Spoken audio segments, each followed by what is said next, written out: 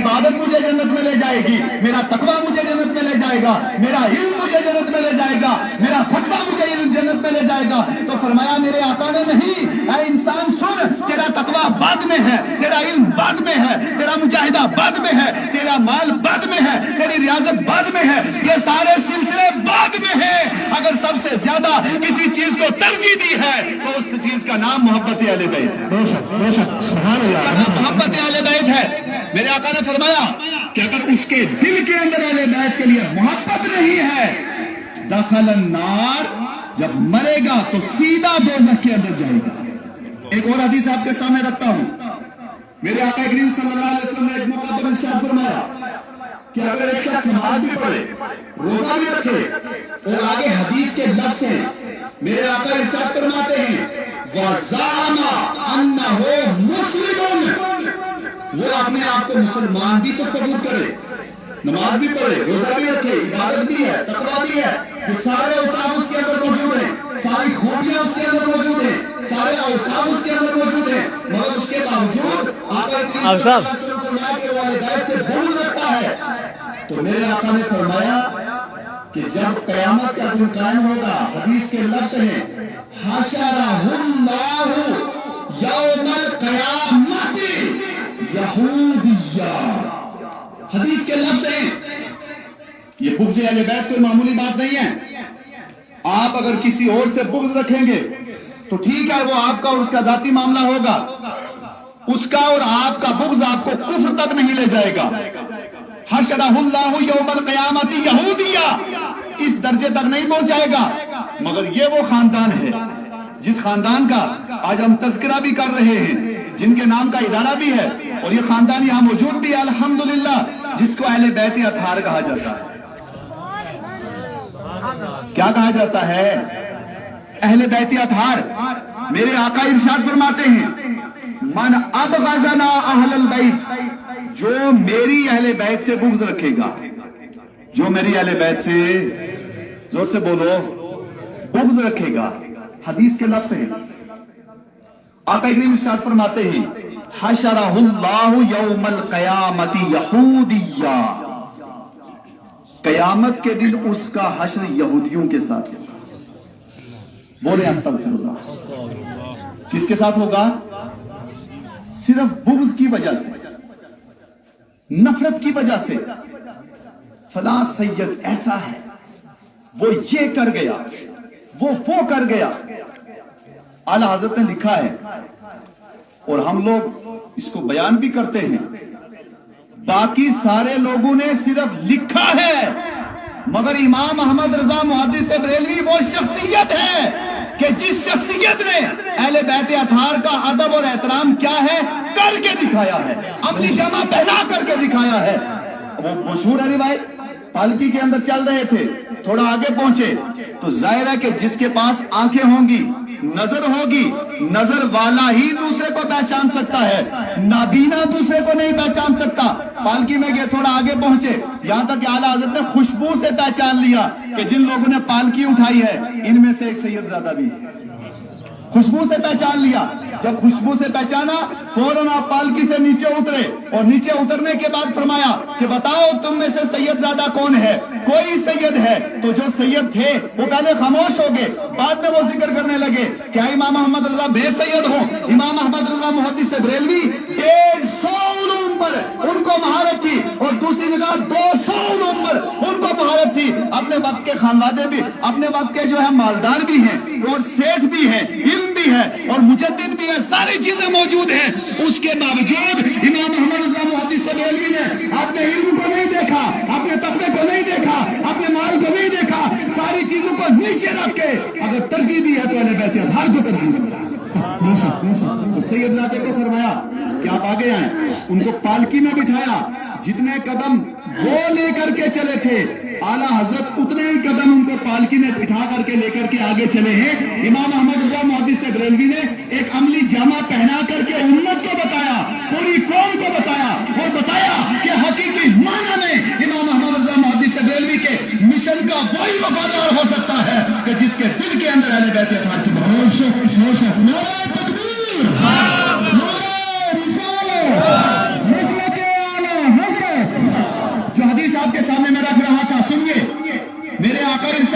فرماتے ہیں کہ اگر اس کے دل کے اندر بغض ہے، اور آگے آقا کریم نے ارشاد فرمایا وہ نماز بھی پڑھے، وہ روزہ بھی رکھے، حشرہ اللہ یوم القیامت یہودیہ، قیامت کے دن اس کا حشر یہودیوں کے ساتھ ہوگا۔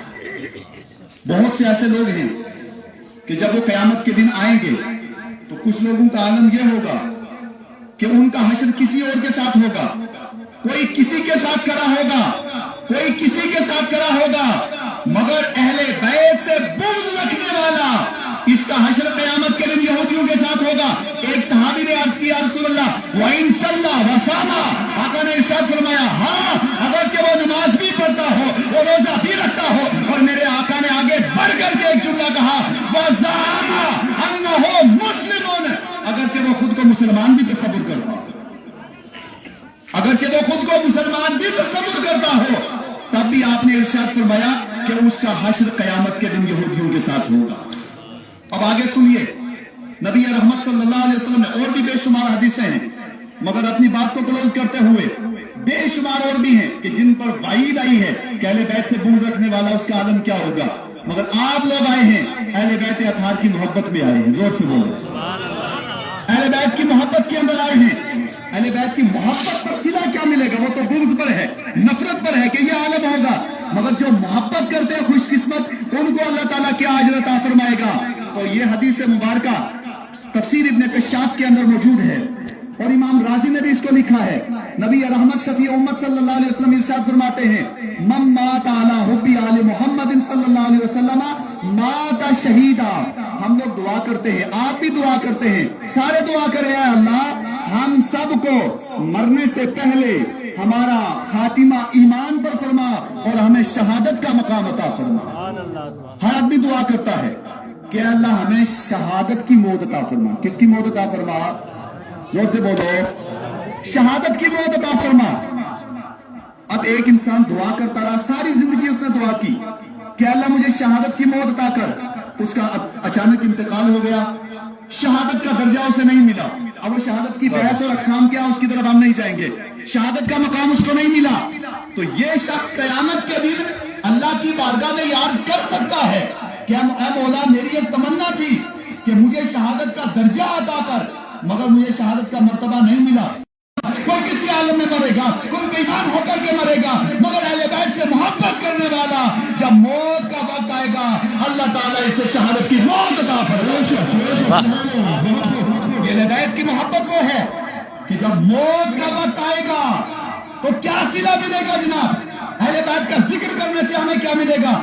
ہم لوگ کمائی کرتے ہیں، آپ بھی کمائی کرتے ہیں، تو ہم جب کمائی کرتے ہیں تو لاسٹ میں پھر پورا حساب نکالتے مہینے کا، آج کے بعد ایک فارمولا لے کر کے یہاں سے فیضان اہل بیت سے لے کر کے جائیں۔ اہل بیت یہ جو ہمیں اور آپ کو سب بہاریں ملی ہیں، میرا باپ مسلمان تھا، میرا دادا مسلمان تھا، میں بھی مسلمان ہوں، ہم نے اسلام کے لیے کیا کیا ہے؟ خدا کی عزت کی قسم اگر ہمیں اسلام ملا ہے تو فقط اہل بیت اطہار کی دولت سے ہمیں ملا۔ امام عالی مقام اپنے ساتھ 72 نفوس قدسیہ کو کربلا کے اندر لے کر کے گئے ہیں، اس طرف ہم نہیں جانا چاہیں گے مگر ایک اشارہ کریں گے، یہی وہ مذہب اسلام ہے۔ ابھی مجھ سے پہلے بھی آپ سن رہے تھے، یہی مذہب اسلام ہے کہ مذہب اسلام کے لیے کسی نے مال دیا، کسی نے دولت دی، کسی نے کوئی چیز قربان کی، کسی نے کوئی چیز قربان کی، مگر روئے زمین پر ایک ہی خاندان ہے جس خاندان کو خاندان اہل بیت اطہار کہا جاتا ہے۔ کیا علی اصغر سے زیادہ آپ کو اپنا بچہ پیارا ہے؟ علی اکبر سے زیادہ آپ کے بچے کی عزت ہے؟ اور محمد سے زیادہ آپ کا بچہ اہمیت رکھتا ہے؟ عباس علمبردار سے زیادہ آپ کے بچہ اور آپ کا جوان اس کی اہمیت ہے؟ حضرت علی اصغر ہیں، جب حضرت علی اصغر کو امام عالی مقام لے کر کے ان یزیدیوں کے پاس گئے اور کہا او یزیدیوں تمہاری نظروں میں میں مجرم تو ہو سکتا ہوں مگر یہ علی اصغر ہے یہ تو مجرم نہیں ہے، یہ تو 6 ماہ کا بچہ ہے، ایک پانی کی گھونٹ اس کی زبان کے اوپر رکھ دو، مگر تاریخ بتاتی ہے یزیدیوں نے پانی کی جگہ تیر چلایا اور حضرت علی اصغر کے حلق تک پہنچا۔ علی اصغر امام عالی مقام کے ہاتھ میں ٹھنڈے ہو گئے، یہ شہید ہو گئے۔ امام عالی مقام علی اصغر کو واپس لے کر کے آئے، جب خیمے میں پہنچے سیدہ زینب نے پوچھا، سیدہ سکینہ نے پوچھا کیا امام عالی مقام کے علی اصغر پانی پی چکے؟ تو امام عالی مقام نے کہا علی اصغر نے پانی تو نہیں پیا ہے مگر حوض کوثر کا مالک بن کر کے آیا ہے۔ اس موقع پر امام عالی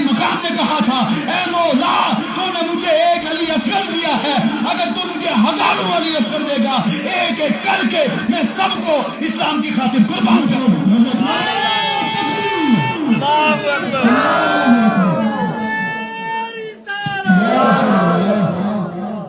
یہ اگر بہاریں نظر آتی ہیں، یہ فضا اسلام کی اور اسلام کی بہاریں، یہ مساجد ہے، یہ مکاتب ہے، یہ مدارس ہے، یہ علماء ہیں، یہ خانقاہ ہیں، یہ سادات کرام ہیں، خدا کی عزت کی قسم یہ جو ساری بہاریں نظر آتی ہیں، ان بہاروں کے پیچھے اگر کوئی طاقت ہے، اس طاقت کا نام امام علی مقام ہے، اس طاقت کا نام علی اصغر ہے، اس طاقت کا نام علی اکبر ہے، اس طاقت کا نام مولانا محمد ہے۔ یہ اہل بیت اطہار وہ ہیں جو کربلا کے اندر پہنچے۔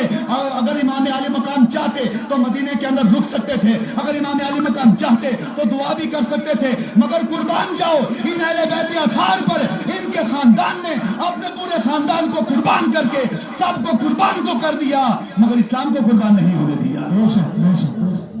تو سنیے، میں جو بات آپ کے سامنے رکھ رہا تھا، اہل بیت اطہار کا مقام و مرتبہ کیا ہے، شہادت کا درجہ کیسے ملتا ہے، یہ امام علی مقام سے پوچھے کہ شہادت کا درجہ کیسے ملتا ہے۔ میرے آقا نے ارشاد فرمایا، اگر کوئی شخص یہ چاہتا ہے کہ اللہ تعالیٰ مجھے شہادت کا مقام عطا فرمائے، بولو شہادت کا مقام عطا فرمائے، تو ایک فارمولہ عطا کر دیا ہے مصطفیٰ نے، اہل بیت کی محبت کا نام شہادت ہے۔ اور آگے اسی حدیث مبارکہ کے ایک دو اور جز آپ کے سامنے رکھوں اور اس کے بعد اپنی بات کو کلوز کروں۔ میرے آقا کریم صلی اللہ علیہ وسلم نے ارشاد فرمایا، اس سے پہلے میں ایک مثال آپ کے سامنے دیتا ہوں۔ اصل چیز ایمان ہے۔ اصل کیا ہے، بولو اصل کیا ہے؟ اصل ریڑھ کی ہڈی کا نام ایمان ہے۔ ریڑھ کی ہڈی کا نام، بولو زور سے، ریڑھ کی ہڈی کا نام، اور زور سے بولو، ریڑھ کی ہڈی کا نام ایمان ہے۔ ایمان ہے تو سب کچھ ہے، ایمان نہیں تو کچھ نہیں ہے۔ ایمان نہیں تو کچھ نہیں۔ ہم دعا کرتے کہ اے اللہ ہمارا خاتمہ ایمان پر فرما دے، ہمارا خاتمہ ایمان پر فرما دے۔ اب سنیے حدیث مبارکہ، آپ کروڑوں بار دعا کرتے رہے، میں کروڑوں بار دعا کرتا رہوں، سارے لوگ کروڑوں بار دعا کرتے رہے، مگر اپنی طرف سے کرتے ہیں تو کرتے رہیں، مگر جو طریقہ مصطفیٰ نے عطا کیا ہے، کائنات بدل سکتی ہے، مصطفیٰ کا فرمان نہیں بدل سکتا۔ میرے آقا ارشاد فرماتے ہیں، جو میری اہل بیت سے محبت رکھے گا۔ بیچ میں ایک بات رہ گئی تھی، میں پہلے وہ آپ کے سامنے رکھ دوں، جو بیچ میں ایک مثال میں دینا چاہتا تھا، وہ بات ذہن سے نکل گئی تھی۔ ہم نے اسلام کے لیے کیا کیا ہے؟ یہ خاندان ہے، خاندان رسالت مآب، انہوں نے تو سب ایک ایک کر کے کربلا کے اندر قربان کیے۔ میں نے اور آپ نے اسلام کے لیے کیا کیا ہے؟ یہ ایک جملہ ہے آپ کے سامنے۔ اس وقت اسلام ہم سے یہ تقاضا نہیں کرتا اور نہ ہی حالات تقاضا کرتے ہیں، اور دعا کریں کہ اللہ تعالیٰ ہمارے جموں کشمیر اور ہندوستان میں امن عطا فرمائے اور سکون کی بہاریں عطا فرمائے۔ اس وقت وہ حالات نہیں ہیں کہ جناب اپنی اولاد کو قربان کریں۔ اسلام کے لیے ہم نے کیا کیا ہے؟ کتنی قربانیاں ہم نے دی ہیں۔ میرا باپ مسلمان تھا، دادا مسلمان تھا، آگے میں بھی مسلمان ہوں، آگے میرے بچے بھی مسلمان ہیں۔ ہمیں اسلام کی کیا قدر ہے؟ اسلام فقط ایک چیز کا اس وقت آپ سے مطالبہ کرتا ہے، اور وہ مطالبہ کیا ہے؟ اگر ہمارے پاس ہم ایک مہینہ کماتے ہیں تو کمانے کے بعد پھر لاسٹ میں ہم ایک فہرست بناتے ہیں، حضرت فہرست نام لکھتے ہیں، فلاں دکاندار کو اتنا دینا ہے، فلاں دکاندار کو اتنا دینا ہے، اس سے لیا تھا اس کو اتنا دینا ہے، فلاں کو اتنا دینا ہے۔ ایمانداری سے بتائیے، جب ہم فہرست بناتے ہیں تو فہرست میں کیا ہم نے یہ نام لکھا ہے کہ اہل بیت اطہار جن کا صدقہ ہم کھاتے ہیں، یہ مال جن کے صدقے سے ملا ہے، اہل بیت اطہار کے نام پر ہم نے کتنا پیسہ، کتنا اپنا مال ہے جو اہل بیت کے نام پہ صرف کیا ہے؟ توجہ ہے آپ حضرات؟ بولیے، یہ جو ہم نے پوری فہرست بنائی ہے، ایمانداری سے بتائیے کیا ہم نے اس فہرست کے اندر نام لکھا ہے؟ نہیں لکھا۔ اور آگے آئیے، سب سے بڑی دولت اسلام ہے، کیا ہم نے دوسرے نمبر پہ آگے اسلام کا نام لکھا ہے؟ کیا ہم نے مسجد کے لیے کتنا دینا ہے، مدرسے کے لیے کتنا دینا ہے، یہ اسلام کی خاطر ہم نے اسلام کی راہ میں کتنا خرچ کرنا ہے، اسلام کے لیے کتنا خرچ کرنا ہے؟ نہیں۔ آج فیضان اہل بیت اطہار آپ سے ایک مطالبہ کرتا ہے، اور یہ حضرت کی طرف سے نہیں ہے، نہ ہی حضرت نے مجھے کہا اور نہ ہی باقی کسی نے کہا۔ میں آپ کے سامنے ایک جملہ رکھنا چاہتا ہوں، فیضان اہل بیت اطہار کے اندر آئے ہیں۔ آج فیضان اہل بیت اطہار آپ سے ایک تقاضا کرتا ہے امام علی مقام کی روح آپ سے ایک تقاضا کرتی ہے، وہ مطالبہ کرتے ہیں کہ ہم نے تو سب کچھ قربان کر دیا، آپ نے اسلام کے لیے کیا قربان کیا؟ آج سے ہر آدمی یہ ارادہ کر لے کہ میں جب مہینے کے اندر فہرست بناؤں گا یا جو بھی میرا سلسلہ رہے گا، سب سے زیادہ اگر ہم ترجیح دیں گے تو اہل بیت اطہار کو ترجیح دیں گے، امام علی مقام کو ترجیح دیں گے۔ اور یقیناً آپ اس فارمولے کو آزما کر کے بھی دیکھ لیں، اپنی زندگی میں لا کر کے بھی دیکھ لیں، اور ہمیں حق بھی بنتا ہے اور تقاضا بھی ہے کہ جن کے نام کا ہم کھا رہے ہیں ان کے نام کے لیے کتنا خرچ کیا ہے۔ آج اس فارمولے پر عمل کرنا ہوگا کہ جب ہم اپنے سلسلے کو جمع کریں تو سب سے زیادہ اگر ترجیح دیں تو اہل بیت اطہار کو ترجیح دیں۔ ہاں، یہ مال ملا اہل بیت کا صدقہ، یہ دولت ملی اہل بیت کا صدقہ، لہذا سب سے پہلے ہم اپنے مال کو نکال کر کے فیضان اہل بیت اطہار کے اندر جمع کر کے اہل بیت اطہار کے جو غلام ہیں ان کی جو فہرست ہے اسی فہرست کے اندر اپنا نام بھی لکھوانا چاہتے ہیں۔ اب سنیے حدیث مبارکہ اور اس کے بعد میں اپنی بات کو ختم کروں۔ نبی رحمت شفیع امت صلی اللہ علیہ وسلم نے فرمایا، اگر کوئی شخص یہ چاہتا ہے کہ میرا ایمان مکمل ہو، جب میری موت کا وقت آئے تو میں ایمان کامل لے کر کے دنیا سے جاؤں، بولو سبحان اللہ۔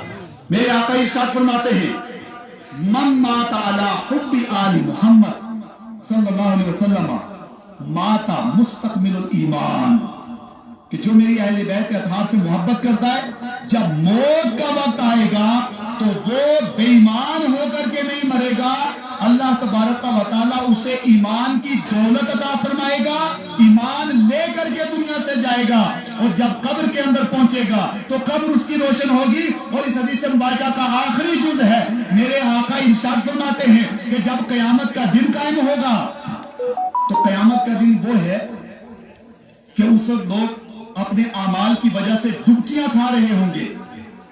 ایک حدیث میں آتا ہے کہ قیامت کے دن کچھ لوگ آئیں گے، ان کی یہ حلق کٹی ہوئی ہوگی، چہرہ آگے کریں گے تو پیٹ پر آ جائے گا، پیچھے کریں گے تو پیٹھ پر چلا جائے گا۔ ایک اور حدیث میں آتا ہے کہ کچھ لوگ قیامت میں آئیں گے، ان کے پیٹ دنیا کے بڑے بڑے پہاڑوں کی طرح ہوں گے، بڑے بڑے مکانوں کی طرح ہوں گے۔ پھر آگے حدیث میں آتا ہے کچھ اور لوگ ہوں گے، ان کا عالم یہ ہوگا کہ پیٹ سے پیپ نکل رہی ہوگی، پانی نکل رہا ہوگا۔ جب وہ کہیں کہ العطش، پانی، پیاس پیاس پیاس، تو فرشتے کہیں کہ جو تمہارے جسم سے یہ نکل رہی ہے، پانی نکل رہا ہے، اسی پانی کو پیو۔ جو پیپ اور پانی پکا ہوگا وہ پانی ان کو کہا جائے گا پیو۔ کوئی کسی عالم میں ہوگا، کوئی کسی عالم میں ہوگا، مگر اہل بیت سے محبت کرنے والا، اس کا عالم یہ ہے۔ میرے آقا ارشاد فرماتے ہیں کہ جب یہ قیامت کے دن آئے گا تو خدا تعالیٰ قیامت میں بھی اس کو ذلیل نہیں کرے گا، اس کو رسوا نہیں کرے گا، کیونکہ یہ اہل بیت سے محبت کرنے والا، اہل بیت کی سیرت کو اپنانے والا، مولا کائنات کی سیرت کو اپنانے والا، امام علی مقام کی سیرت کو اپنانے والا، اہل بیت سے محبت کرنے والا، جب قیامت کے دن یہ آئے گا اللہ تبارک و تعالیٰ اسے جنتی لباس بھی عطا فرمائے گا، اس کے چہرے کے اوپر نور بھی ہوگا، اس کے سر کے اوپر جنتی تاج بھی رکھا ہوگا۔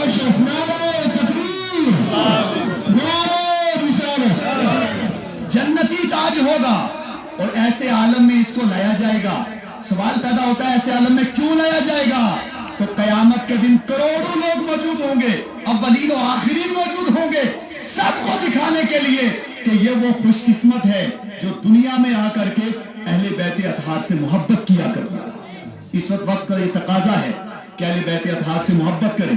اور آخر میں دل کی عمیق گہرائیوں سے فخر السادات استاد الاساتذہ، استاد مکرم حضرت مولانا سید فداد صاحب قبلہ کو دل کی عمیق گہرائیوں سے مبارکباد پیش کرتا ہوں۔ ماشاءاللہ جب یہ ادارہ نہیں تھا تو اس وقت باقی شخصیات ہیں، ان کے نام سے تو یہ علاقہ مشہور تھا، لیکن الحمدللہ یہ سید فداد صاحب قبلہ نے اہل سنت والجماعت کا ایک عظیم الشان قلعہ یہاں پہ تعمیر کیا ہے۔ یہ پورے علاقے والے اور پورے بستی والے آپ لوگ نہایت خوش قسمت سعادت مند ہیں، کیونکہ میرے آقا نے فرمایا کہ ان العالم والمتعلم عن مقبرۃ تلک القریہ 40 یوما، ایک عالم یا ایک طالب علم ایک بستی سے گزرتا ہے، صرف اس کے قدم کی برکت سے اللہ تعالیٰ 40 دن تک وہاں کے عذاب اٹھا لیتا ہے. آپ لوگ کتنے خوش قسمت ہیں کہ یہاں یہ ادارہ اور 24 گھنٹے بچے یہیں رہتے ہیں. لہٰذا سب سے زیادہ ترجیح بھی دیں, اس ادارے کو ترجیح دیں, اس ادارے کی طرف خصوصی توجہ رکھیں. یہاں کافی احباب بھی موجود ہیں. میں سب سے بھی یہ گزارش کروں گا کہ یہی ادارہ ہے اور یہی سلسلہ ہے جو دنیا میں بھی اور آخرت میں بھی آپ کی بخشش کا ذریعہ بنے گا, آپ کے نجات کا ذریعہ بنے گا. اللہ تبارک و تعالی